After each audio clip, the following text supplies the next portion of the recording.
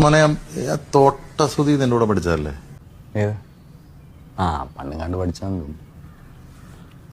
കൂടെ കിടന്ന പാര വെക്കല അവന്റെ പണി അല്ല. അവന്റെ ആദ്യം കണ്ടതൊന്നും ചത്ത അവന്റെ അപ്പനാവും.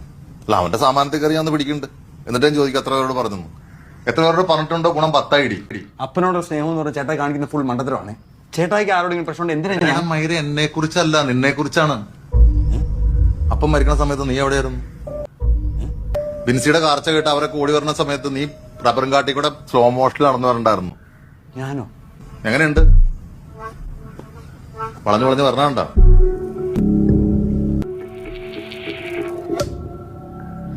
മനുഷ്യന്മാരാ ചേട്ടായി. അൺബിലീവബിൾ.